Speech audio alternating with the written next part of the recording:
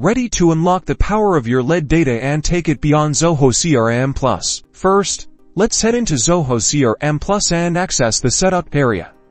Look for the Setup icon located at the top right corner of your screen, typically a gear or wrench icon. Once in Setup, navigate to the Data Administration section.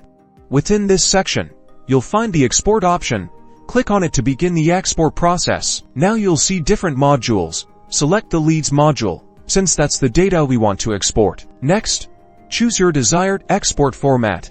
Zoho CRM format preserves the structure for easy reimport, but you can also choose Excel or standard CSV. After selecting your format, click the Download button to initiate the export. A progress bar will appear, and once completed, your lead data will be downloaded to your computer. And that's it.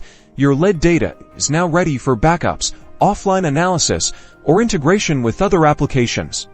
Experiment with different formats and options to find what works best for your needs.